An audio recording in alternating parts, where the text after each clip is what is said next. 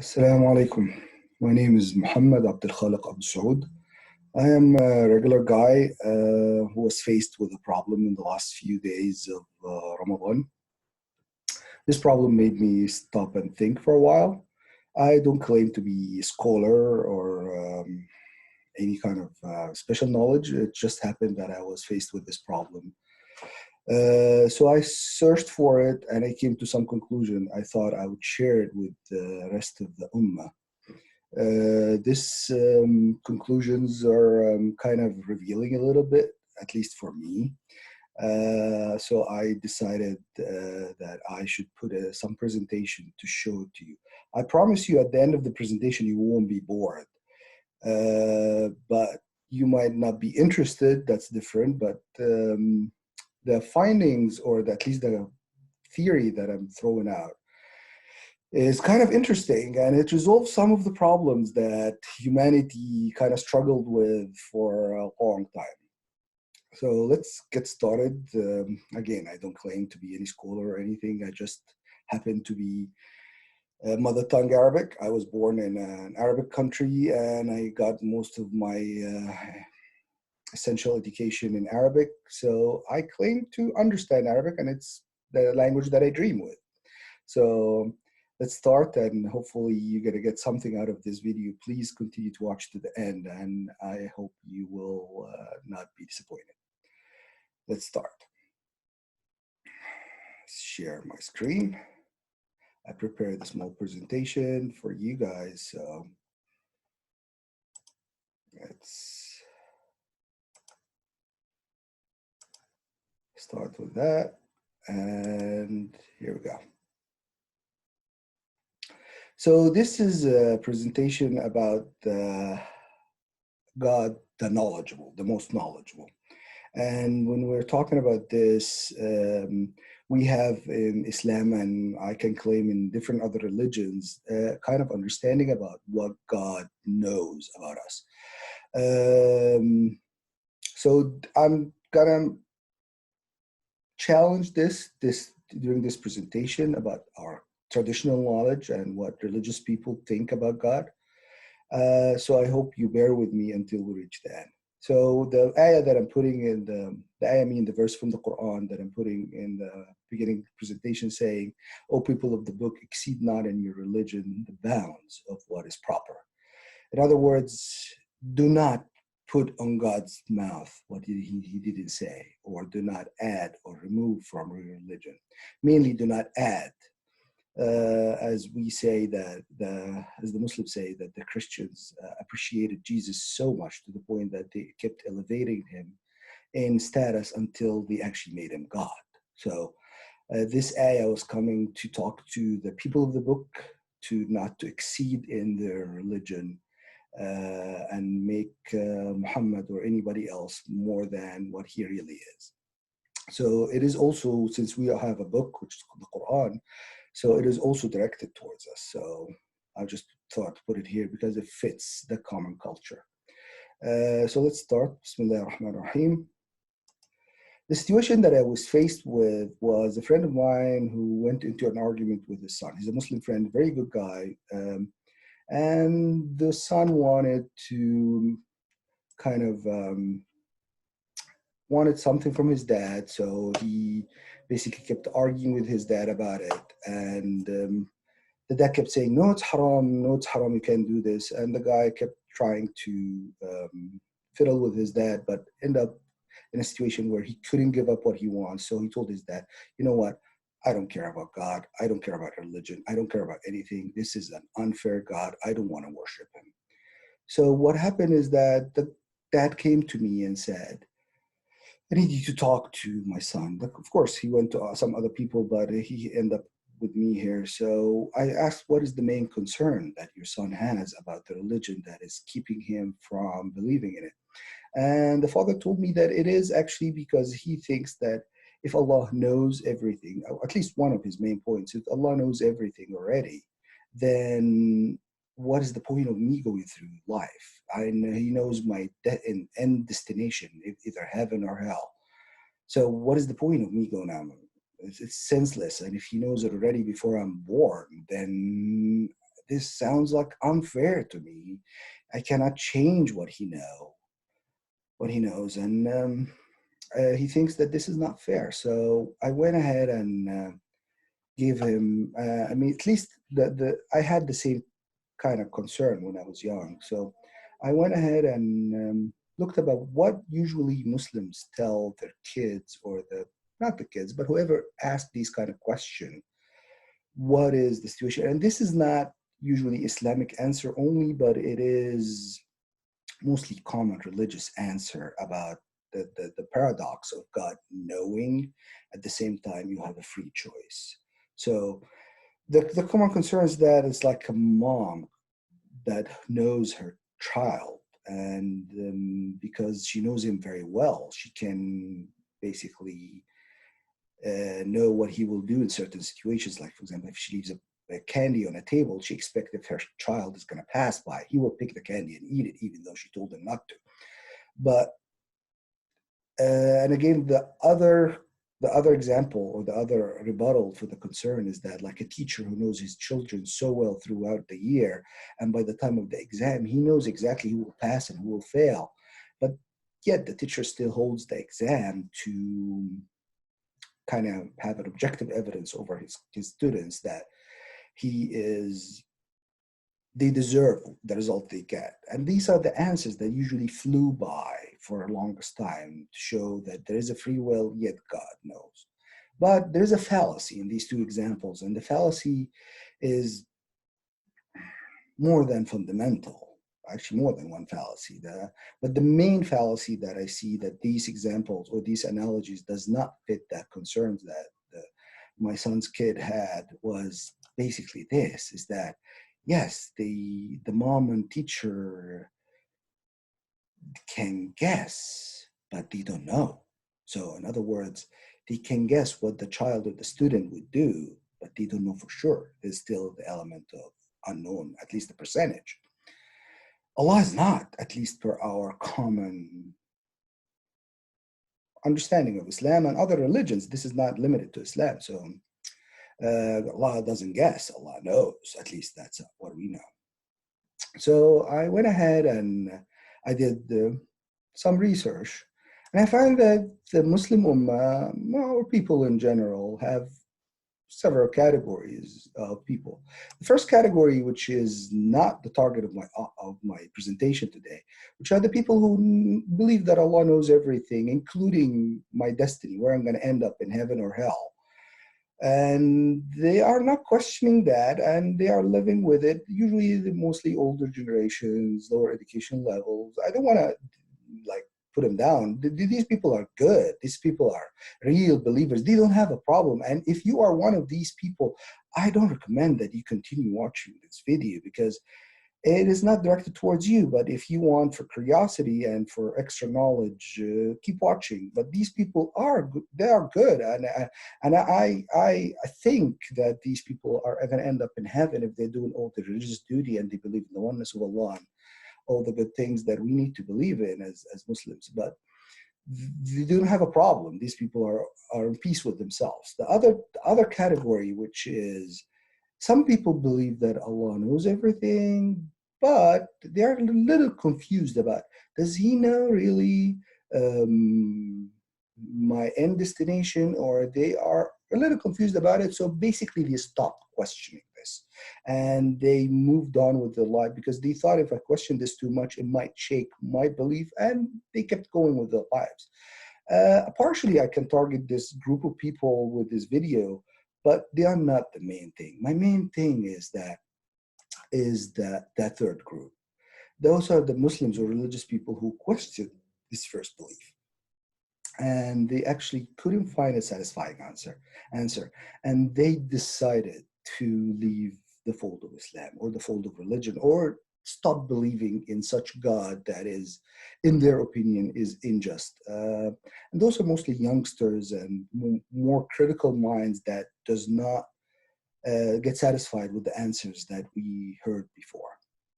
And may God save us all from this kind of situation where we end up leaving our belief. So This is the category that I'm targeting actually with this video, and I'm hoping that this video will make a difference in their lives. So let's move on. And so I'm asking you, you need to answer this question before we keep moving with the video, is that, do you think Allah knows your fate? If you do think that Allah knows your fate, then he cannot be fair because he already know where I'm going even before I'm born. So what am I doing? So there's a kind of a paradox between his knowledge and his justice, kind of. And there's some people that just cannot get over this. So I decided to do a deep search in the Quran, which is the Muslim holy book. And since I know Arabic, or I speak Arabic, I kind of did this kind of search by reading the Quran. And when I read Quran, I claim that I understand good chunk of it. So first, what did God say that He knows? Yeah, I mean, Allah has listed exactly what He knows. So He said that He knows that time, the day of the judgment. He knows that He knows how to make the sky rain. He knows what's in the wombs. He knows what you're going to earn tomorrow. He knows where and when are you going to die. Um, and I want you to look at this word very good because this is the word of the conversation. It's ilm or ya'lam. Ilm means know. If you see here, knowledge, it's knowledge. Ilm here is knowledge. Allahu ya'lam here means Allah knows. So I want you to remember this shape, even if you don't understand Arabic. Remember this shape because we're going to get to it later on. So he knows what every female carries, what has been removed from her womb or has been added to it, and he knows this unseen world and the regular what's happening in front of all of us. So he knows the unseen and the witnessed things. The other thing that he knows that he has the keys for the unseen, and he knows what's in land, what's in water. There's not a leaf from a tree that falls that he doesn't know, even a grain in the darkness of earth, not wet, not dry, that except is written with him in a very clear record. Um, that's basically a bunch of what he says he knows. But another one, he knows what goes into earth, what comes out of earth, what comes out down from the sky, and what goes up in the sky. So that's pretty detailed. He knows what I say in heavens or earth. He knows of my secret, and when I whisper to somebody, um, he knows what I think about even before I say it to anybody. That's basically my tuwaswis bi nafsu. And if you're a Muslim, probably the word tuwaswis is very common to you because it's one of them in the most common surahs of the Quran, which is Surah An-Nas. So what goes through your mind even without saying it, and he say that he is closer to us than our carotid artery. And he knows the people who came before us, and he knows the people that will come after us.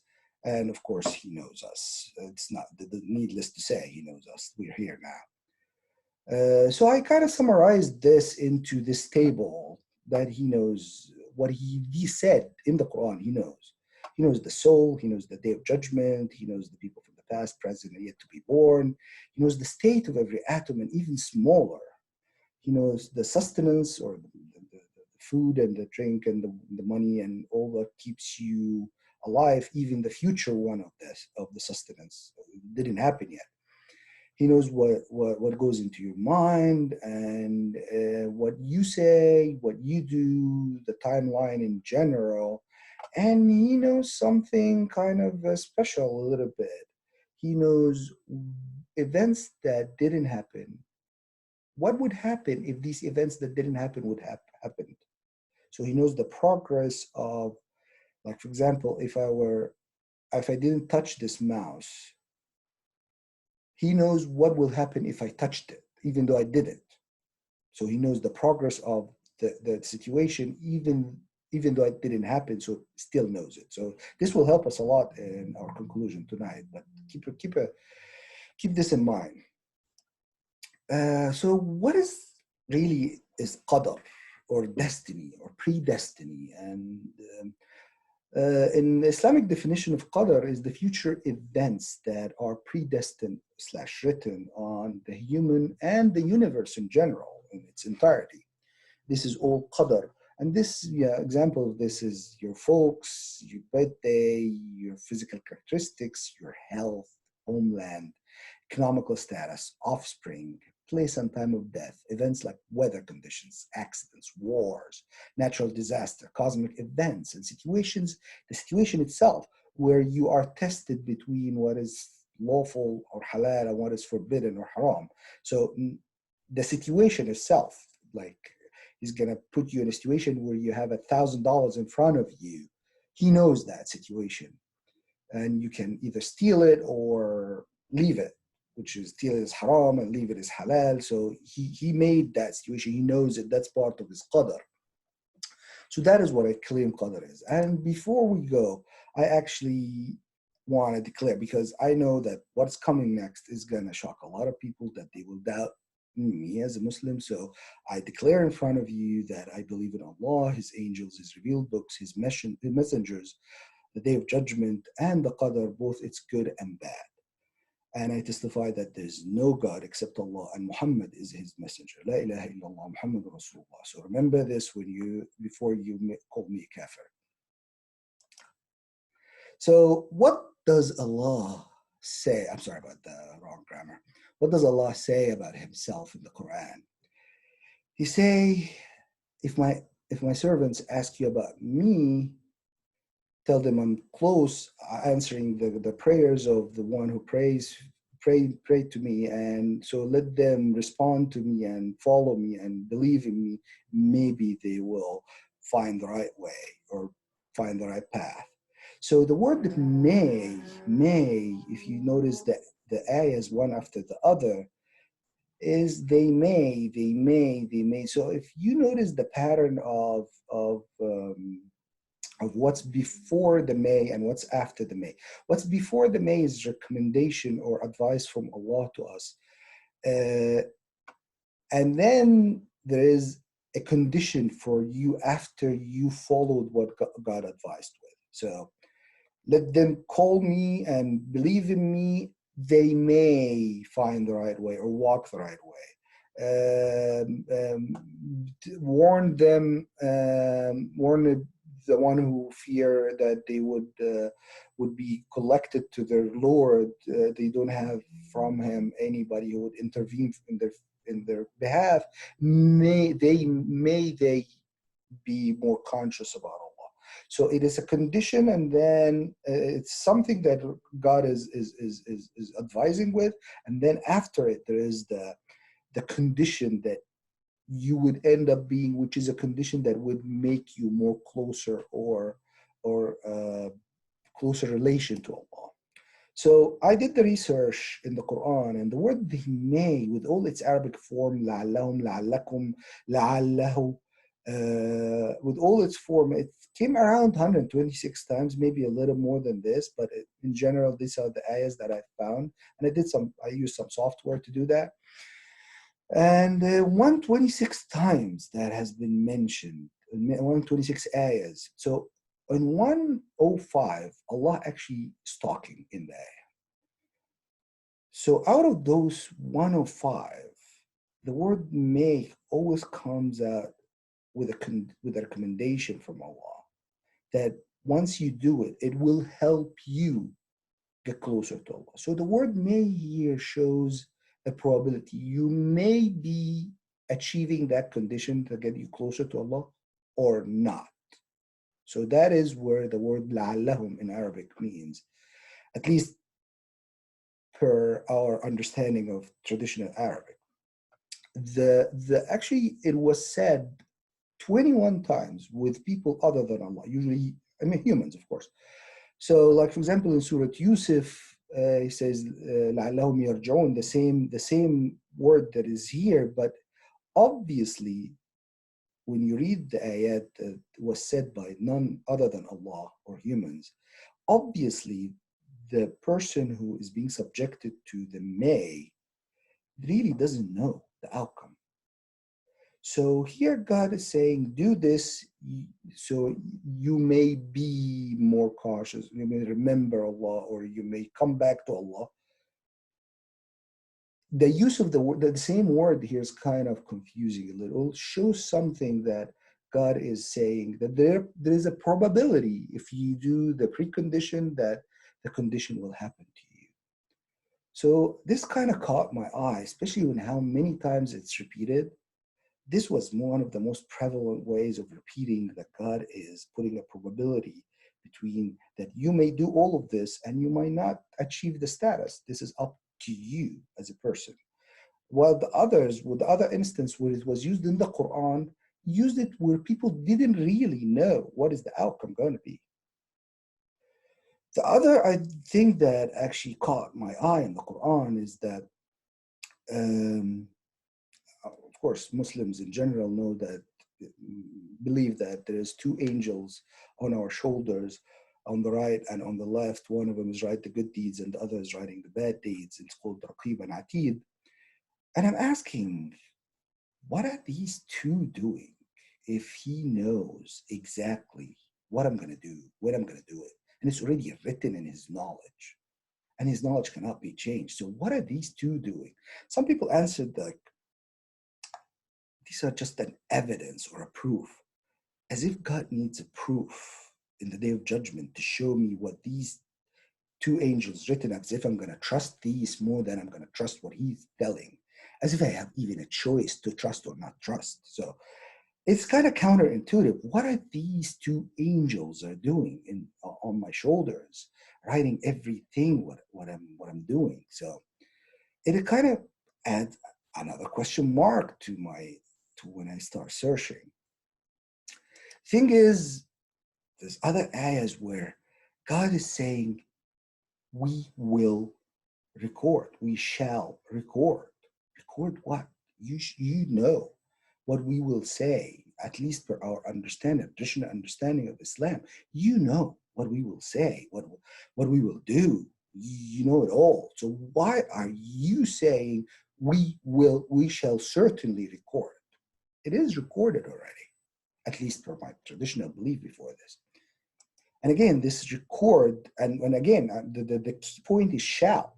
He will record. It's not recorded, he will record. So here he's talking about the people who called the angels as females. Did they see their creation? Their testimony will be recorded, will be. And the key here is the letter sin, satuktab, meaning will be. And there's no two Arab person can disagree that this is future tense. Again, no, we will record what he say, and we will extend for him a lot. So what is this recording doing? It's just adding another question. Why are you recording our actions? And then I came to one of these ayahs. And actually, the translation here is ليبتلي, means he might test. That I agree with. But the yumahhis has two meanings when I searched the meaning in the marjam, the Arabic marjam. One of them is to purify, and that's what they choose to put here. But actually, the other one is to carefully examine, to identify. Carefully examine, to identify, and go ask any Arab person, or go ask the marjam to ask what it is liyumahhisa mean, is to carefully examine what's in your heart, to identify. That is the whole point of liyumahhis. It's similar to test, but it's to identify after I do it. So that is okay. I mean, they chose to put the word purify. That just tells me that the translator was not forward with putting both meanings for the word yumahas. So I kept going. And then I found such revealing ayah, actually, saying that يستخلفكم في الأرض. I will start from here. يستخلفكم في الأرض meaning make you successor on earth. Humans make you successor on earth.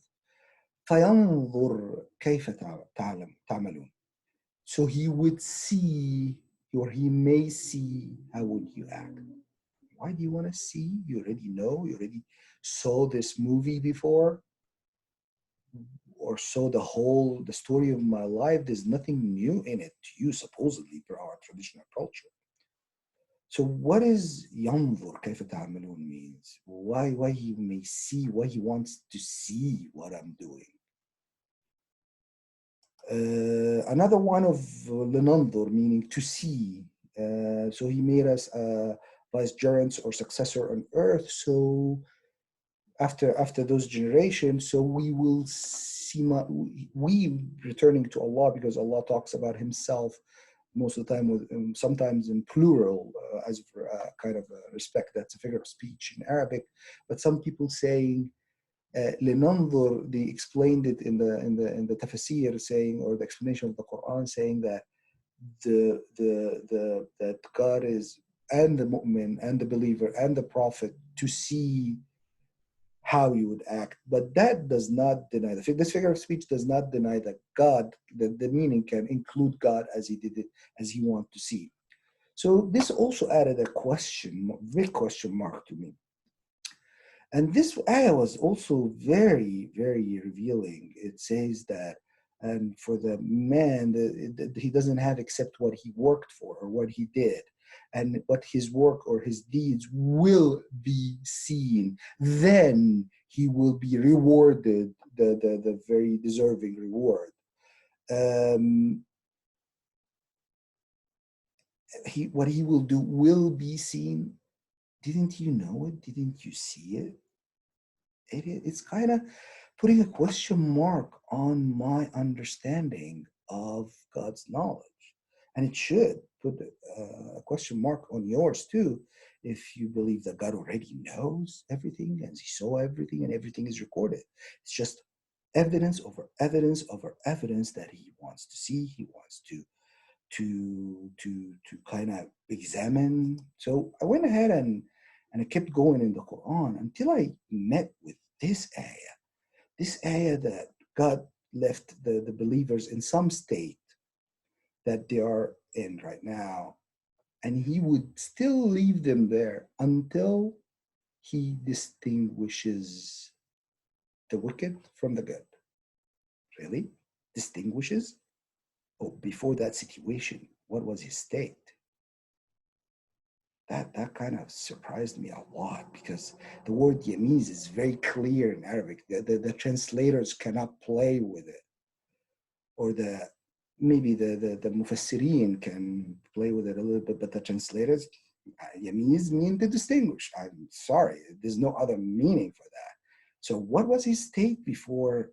What God knowledge, or the state of his distinguishing before that situation? That's a big question mark to me. Then the other one says, the first one says, حتى يميز. So some people say, oh, حتى you, Muhammad, or you people, or somebody else other than Allah distinguishes. But actually, this one here is not leaving any room except that Allah wants to distinguish. Excuse me. So even the translation, he could not translate it this way. In order that Allah may distinguish. That's the literal translation of the ayah, the wicked from the good. In order that Allah may distinguish. That is extremely clear, that God wants whatever he did before this ayah, whatever situation he put the mu'mins in, he wants the reason that he did it is in order to distinguish him, God, Allah. This was Come on, guys. This is not what you guys taught us in schools. God wants to distinguish. What was his state before he distinguished? That's a good question. Isn't there another ayah which says, look, the God was pleased with the mu'mins when, if meaning when, they pledge allegiance under the tree to the Prophet. Then he knew. Fa, after if, after the word if, once they pledged allegiance, فَعَلِمَ. So he knew, again, he knew what in their heart when they pledged their allegiance. And then he poured tranquility on them and gave him a near conquer of Mecca, I think. But he knew when they pledged allegiance, not before. That is what the ayah is saying. I don't know how you can explain this or translate this. This is what the Arabic is saying. And I understand Arabic. And I don't think a lot of Muslims would, a lot of Arab would disagree with this.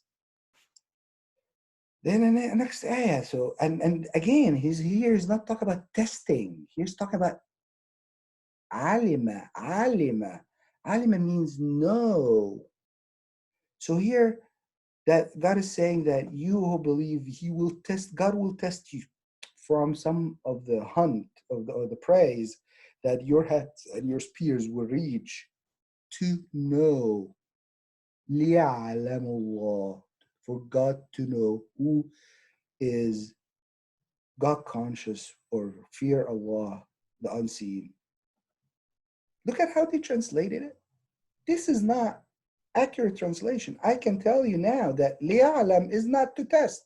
The test لِيَبْتَلِي. لِيَعْلَمْ is something else. لِيَعْلَمْ, I assured you, فَعَلِمَ, knew. يَعْلَمْ, you can see the similarities. You don't need to be an Arab. عَلِمَ, عَلِمَ. It is the same word, but here they translate it as knew. Here they translate it as test. There's some twisting of the meaning here. He's gonna give you some of the praise so he can test you, so he can know. He didn't say test. He said to know. He said لِيَبْلُوَكُمْ, meaning to test. This is here, meaning to test. See here, make a trial. But here, this is not. I can see that this is a different word than this. So he tests you to test you. Really? Are you trying to I think I'm stupid? He's testing you to know. Allah to know. لِيَعْلَمْ, so he may know. What did his status before he actually tested you? I don't dare to say it. I'll leave you the answer. So it is actually to know, not to test. I'm sorry. And I challenge any Arab to tell me that لِيَعْلَمْ is actually to test. I challenge you. Come and tell me no. لِيَعْلَمْ is to test. Maybe I didn't know Arabic before. Here's another one where Iblis or the Satan has actually called some people to his way, and actually they followed him except a team of mu'min, and he didn't have on him power except to call them. And he said that this whole situation was only to know. إِلَّا لِنَعْلَمْ. Only to know. And it's in plural because God talks about himself as plural. And this is prevalent all over the Quran. But even then, if God is speaking, and some Mufassir says, or what people explain the Quran say, the Na'lam includes the Prophet and the believer, the group of believers, that doesn't deny that God is one of them that is wanting to know. But he said, only to know. Only to know. This is only to know. God didn't do this whole situation having a shaitan and giving you guidance except to know who believes in the last day and who is doubting it. Give me a break. God is saying it out loud. that he's doing this test, he's doing this situation to know. So here's another one, and this is about the qibla, the direction where Muslims actually head when they face when they are praying. So originally, the qibla, or the destination for prayer, was Jerusalem, and God has changed it midway during the life of the Prophet to Mecca. And he say that we didn't do this except to know, or only to know, who will follow the Prophet, from who will turn on their heels. Again, he did this whole situation of initially assigning Jerusalem as our our qibla, and then changing it later to Mecca. He didn't do this except only to know who will follow and who will go back to his old ways and leave the Prophet. You guys, you're following this? You guys are seeing how clear the ayah is? And notice that everything that God is claiming that he wanting to know is things that will take you to heaven or hell. It is not, he wants to know, for example, how rich you are or how beautiful you are. He's just talking about the stuff that will take you, or the actions that will take you to heaven or to hell. And we will test you to know until we know. And we will test you until we know who struggle in his path and who is patient, and test your news, or test your news, yeah. So, لِنَبْلُوَكُمْ حَتَّى نَعْلَمْ. The translator here said, and surely we shall try you till we test. Try you till we test. You need to have some honesty when you are translating.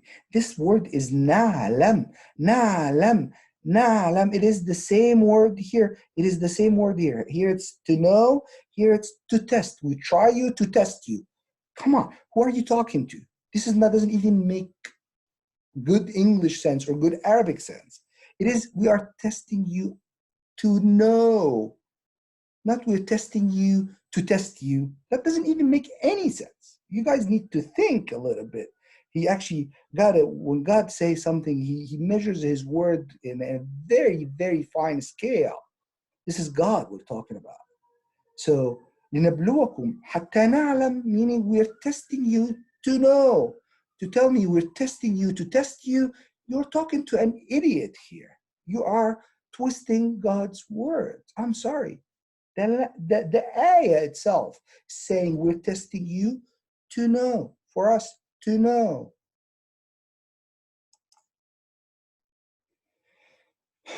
So it just sometimes mind boggle me is how people dare to translate clear. This is not a very hard Arabic word to know.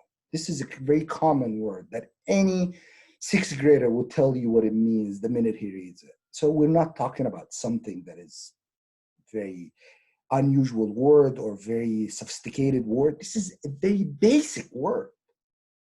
And here, this ayah that God has put you in a hard situation, and if you've been put in a hard situation, the other people have been put in a hard situation. And these days we change it between people to know, for God to know who has believed and take from you witnesses, and to yumahas, again, the word yumahas here meaning carefully examine to identify.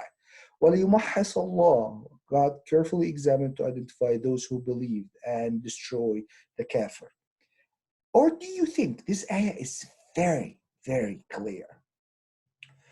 Or do you want to go into Jannah before Allah knows who has struggled in his path from you and who is patient on his path? What? Really? So, and again, they put the word test here, may test here. So this is again the translator getting shy to say the actual Quran text. They try to translate it, for God's sake. They're shy to translate it, the honest translation. So they change the word no to the most common replacement, which is test. So I really don't understand what they're trying to do. They're trying to give us something other than what God said about himself, trying to exalt Allah from what he says about himself, and in the course changing a culture of a whole nation for hundreds of years. Again, another one. I mean, the examples are non-stop in the Quran. Non-stop. They are everywhere. Look at this. And what you have been experienced when the two armies has met, it was with the order of Allah. Why? لِيَعْلَمَ الْمُؤْمِنِينَ. So he would know the believers. Look again, what do you translate into? He might test the believers. He said, لِيَعْلَم. He translated into test. He said, وَلِيَعْلَمَ الَّذِينَ فَقَ. And to know who are the hypocrites. They say, لِيَعْلَم. And they say, he might test. It is not test. It is know. So he knows. What his status before he knows? What his status before this situation that he puts them in when the two armies met? What was the status? Status is that he wanted, at least, or what I can claim, he made this situation so he can know the believers from the hypocrites. Sorry, you want to change li'alam, to know, to test, that is your problem. Don't hold me responsible for it, or don't try to twist my mind to understand your twisted way, because you want to put Allah in a situation that fits your belief that he never claimed. You remember the table that none of the table that he knows where you're going to end up being, in heaven or hell. He never said that. He never, ever, read the Quran, ask scholars, he never said where you as a person, I'm talking to you specifically, as a person, where you're going to be. He never said that. He never said that. Why the translator and the people who explain Quran try to ignore that fact? It is a fact. He never said it. And this is one other situation where the Quran is going into saying that this was about how the Muslims used to do fasting. So early in the Islam, the Muslims didn't have sex during Ramadan with their wives. And this is kind of, I believe it was self-imposed, that they imposed this on themselves. Like God told them not to eat and drink, and they imposed on themselves not to have sex. I don't know the details of that, but that is the situation. At least that's what the ayah is saying. So God's saying that God knew that you were actually تَخْتَانُونَ أَنفُسَكُمْ, meaning you were betraying your own promise. So he now, the word now is there. He actually forgave you and he allowed you to repent. So now go ahead and have sex with your wives at the night of Ramadan. What?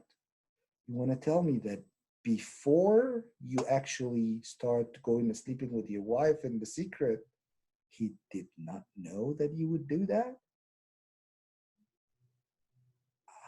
It is question mark.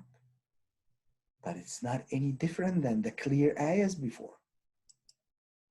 So this is another clear one. At least the other one didn't have the other ruling, which is do not have sex with your wives. At least the ayah starts with the allowing of having sex with your wife after he told the story of you were betraying your own promises.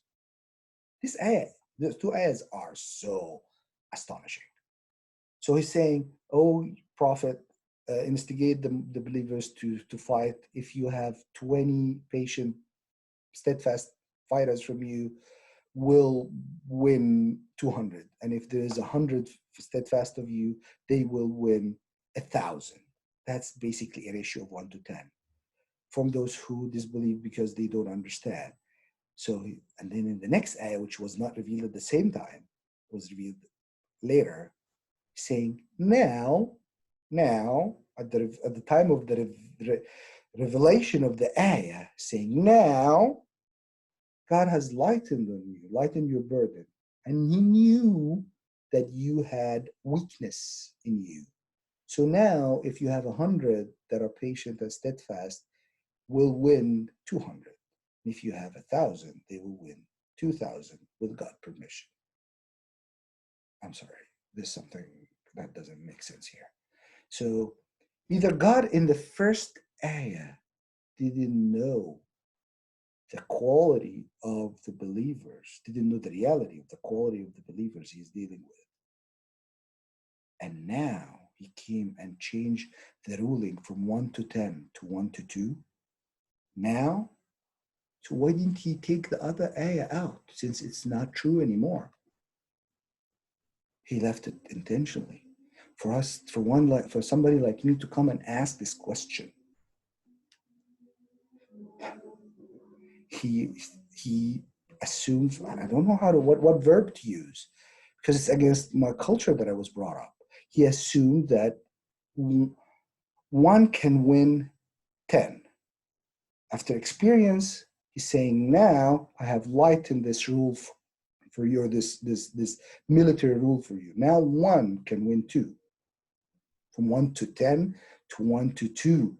I mean, this is not from 1 to 10 to 1 to 9. This is from 1 to 10 to 1 to 2, 1/5. This is significant decrease in the ability of the mu'min. It's not marginal. What is this? What is this? Then this ayah came and I looked at it right and left, from the front, from the back. It's ayah-based saying with order. And what has stopped us from sending miracles, ayat here meaning miracles, except that the older generations has denied it. And we have given Thamud, the she-camel, very clear ayah, so they did it wrong. They did wrong with it. And we do not send those miracles except to scare people so they can follow our path. Read the ayah from the back to the beginning. We do not send miracles except to scare people. So we gave a miracle to Thamud, which is the she-camel. What did they do with it? We all know the story. It's in other ayahs. They killed it. So we are sending it to you to scare you so you can follow the Prophet and believe in Allah and his power, showing the miracle. So instead of getting scared and following the Prophet, you actually killed the miracle. What? And because of that situation and others where we did miracles and people didn't believe in it, we stopped sending miracles, stopped giving miracles to people. That is very, very questionable. This doesn't sound to me except an experiment that failed and God stopped doing it because it doesn't work with us humans. It didn't work. He sent us a miracle to scare us. We didn't get scared. On the opposite, we killed the miracle. So he stopped sending miracles because we showed him from ourselves something. With it, miracles wouldn't work. And God is most wise, so he didn't do it again. He stopped. That's what the ayah is saying. You explain it to yourself the way you want. This is the literal text. This is the literal Arabic revealed text that didn't change since was revealed to Muhammad sallallahu alaihi wasallam. This is Arabic. This is not gibberish. Give it to anybody, and if he translated to you any different than I did, then go ahead and tell me I'm a liar and I'm a dishonest person. This is the literal text, for God's sake. It is an experiment that failed. And he stopped doing it. And this is this is what's in the Quran, and I give examples of what's in the Quran. So I tried the hadith, and I was met with this hadith that is actually more surprising than the Quran. It was like, he's basically, if you read the hadith, I'll let you read it. I'm not going to read it for you, but I'm going to give you a layman language explanation. So the Prophet ﷺ is actually make an analogy of God's happiness with the repentance of his servant, like a man. So the man is God and his camel.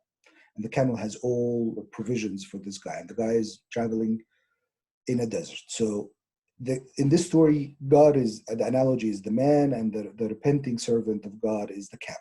So what happened is that while the guy is walking in a very desertous area, the camel fled. And he kept searching for it, lost hope. Basically, the word lost hope is in the Arabic text, فَآيَسَ مِنْهَا, lost hope. So he basically understood that he's going to die. So he went under a tree and slept or lay down, preparing to die completely. And he repeated the word ayas, meaning lost hope, in it.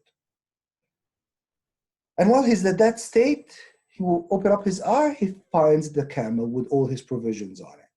So he's making the analogy, Rasul Sallallahu Alaihi Wasallam is making the analogy, Muhammad Sallallahu Alaihi Wasallam is making the analogy that the happiness of this guy at this moment when he saw his camelback and he was saved from death by God's happiness when his astray servant comes back to his path.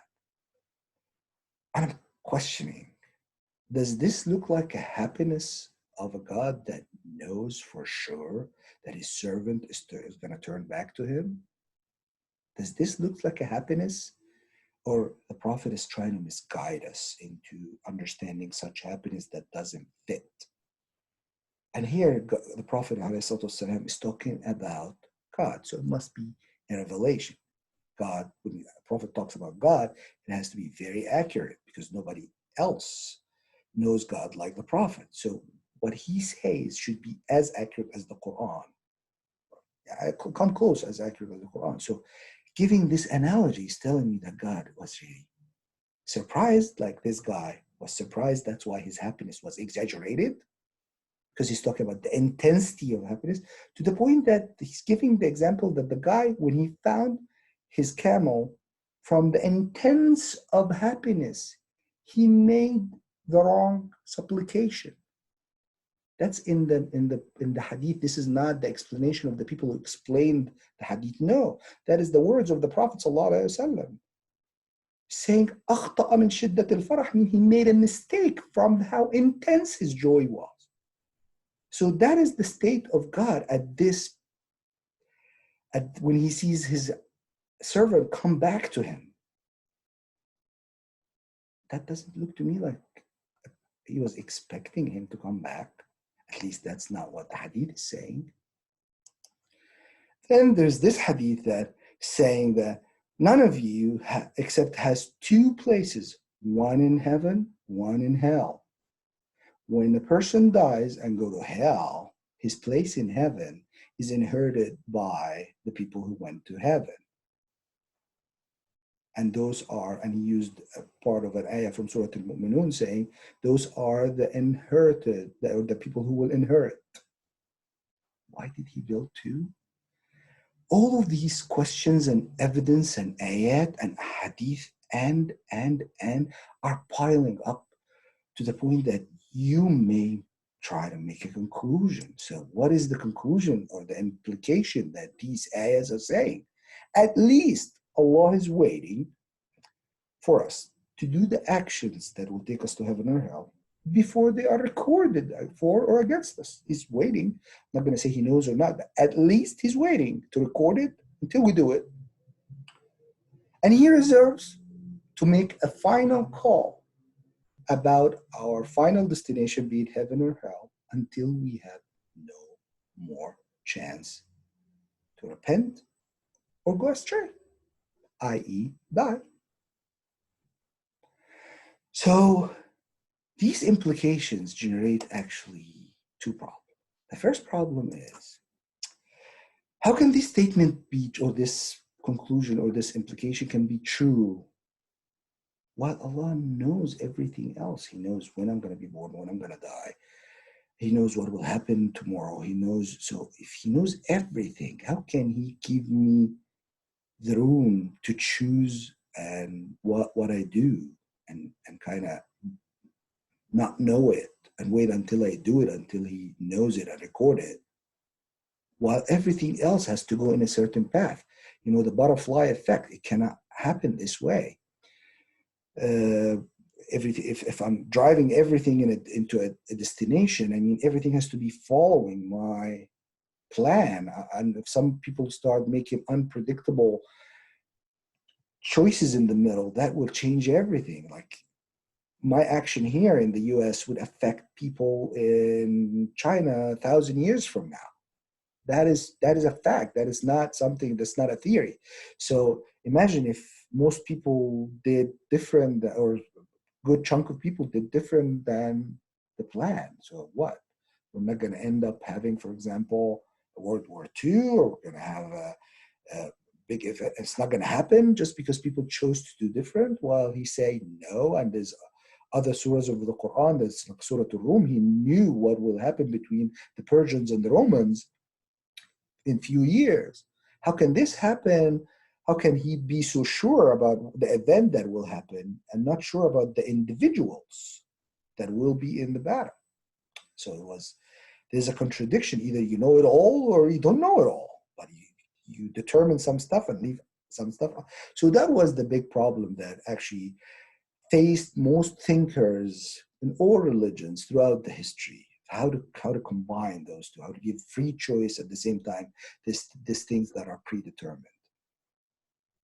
The other stuff is that there are ayats that seem to contradict this statement above. Like I will go into the second part of this video on those ayats and my replies to them. So, but the first question I'm going to answer now, what is that? And then it hit me.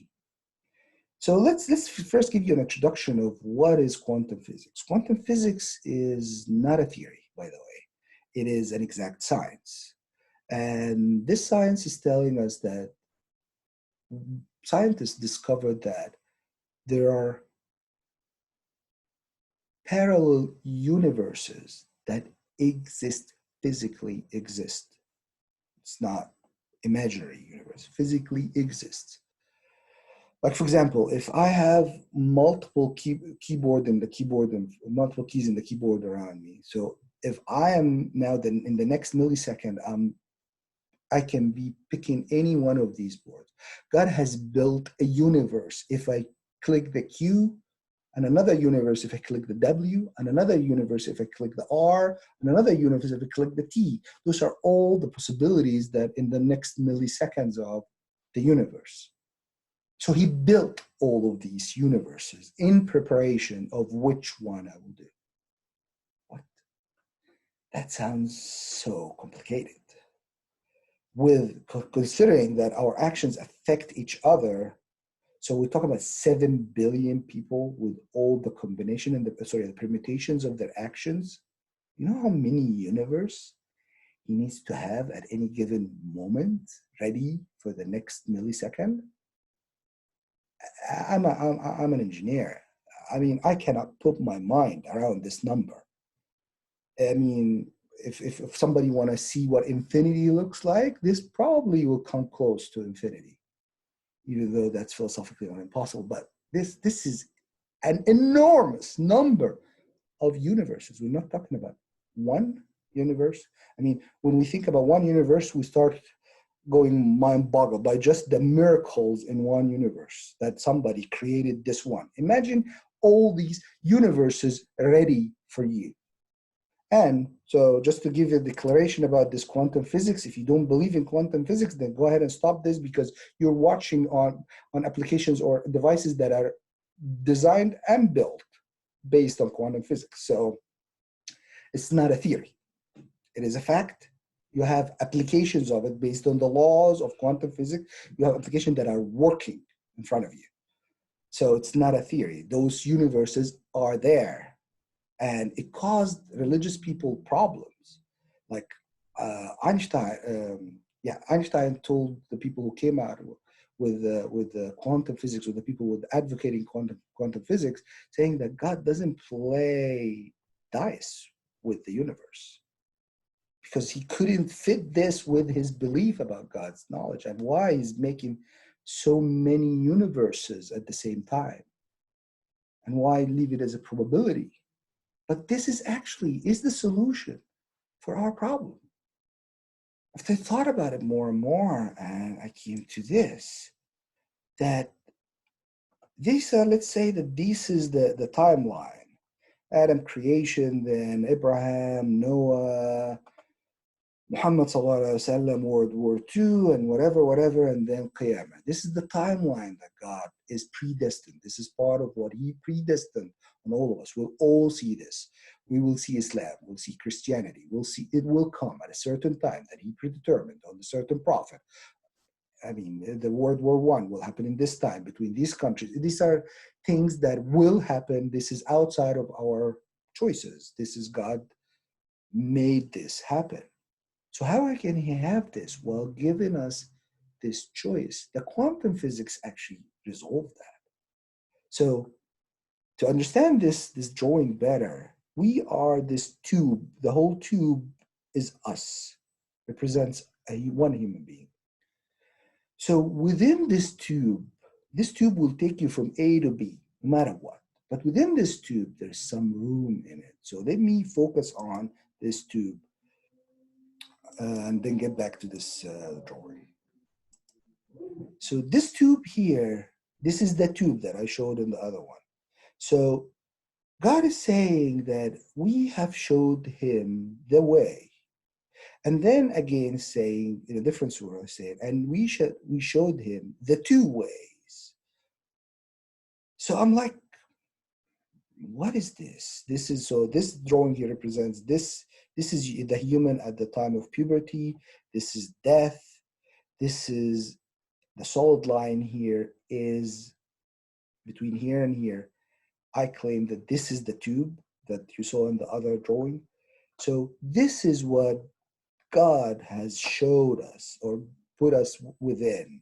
We cannot get out of these solid lines. These are our time of birth, our dad and mom, our who we're going to marry, who we're going to have as kids, who we're going to have, what work we're going to have, how much money we're going to make, all of this. You cannot get out of this. And you will go from here to here, no matter what, meeting all what has God predetermined on you from the things that does not determine your heaven or hell. But within that road, He made the universes ready for you that you can take the good way or the bad way, and it will not change the total road. So this here, He made those universes that you will choose the good, and He also prepared those universes where you're going to choose the bad. And in both situations, you're going to end up seeing the exact same things that you will see and end up in the exact same destination that you will end up going. That is the only explanation of why would God create the whole universe with the quantum physics, not the regular physics. Quantum physics is way more complicated than regular physics, way more complicated. Why would He pick way more complicated way? He did specifically choose quantum physics as the science to build the universe. And the scientist is saying this is the fabric of the universe. The quantum physics is the fabric of the universe. He picked that complex, extremely complex way to create the universe with, so He can give you this. He can block from His knowledge that if He did it through the regular physics, He would have to know. He can't help Himself not to know. He's not all knowledgeable. So He created this very complex way of creating the universe to give you the absolute justice. And He went through tons and tons and tons of extra miles to create the universe in such a complex way, to use its characteristics, to, with His own will, block from His knowledge what you will choose within what he already created from you. So he knows every action. He knows all the probability that you may take. Like one friend gave me this example that if I go into a room with 2 oranges and stay there for a day, somebody's outside of the room. He knows all the possibilities. I can eat 0 orange, I can eat 1 orange, I can eat 2 oranges. But this is everything I can do with the oranges. There's nothing more. So he created all the probabilities so he can give you the freedom to pick what you want without him pre-knowing what you will pick. But even whatever you will pick, he already knows, which is the, the amazing things. This doesn't put Allah down. This give him even more power and capability to build the universe in such extremely complicated way, knowing not just what you're going to do, but the probability of everything you may do. He knows everything you may do, and he gives you this so he can give you the chance to have a free will. And when you go to him on the day of judgment, you cannot claim any injustice. So I want you to attract your attention to something. You know the icon of justice that is usually in the courtrooms? What is it? It's a girl holding a scale. And what's on her eye? On her eye is a blindfolding material. Why is that?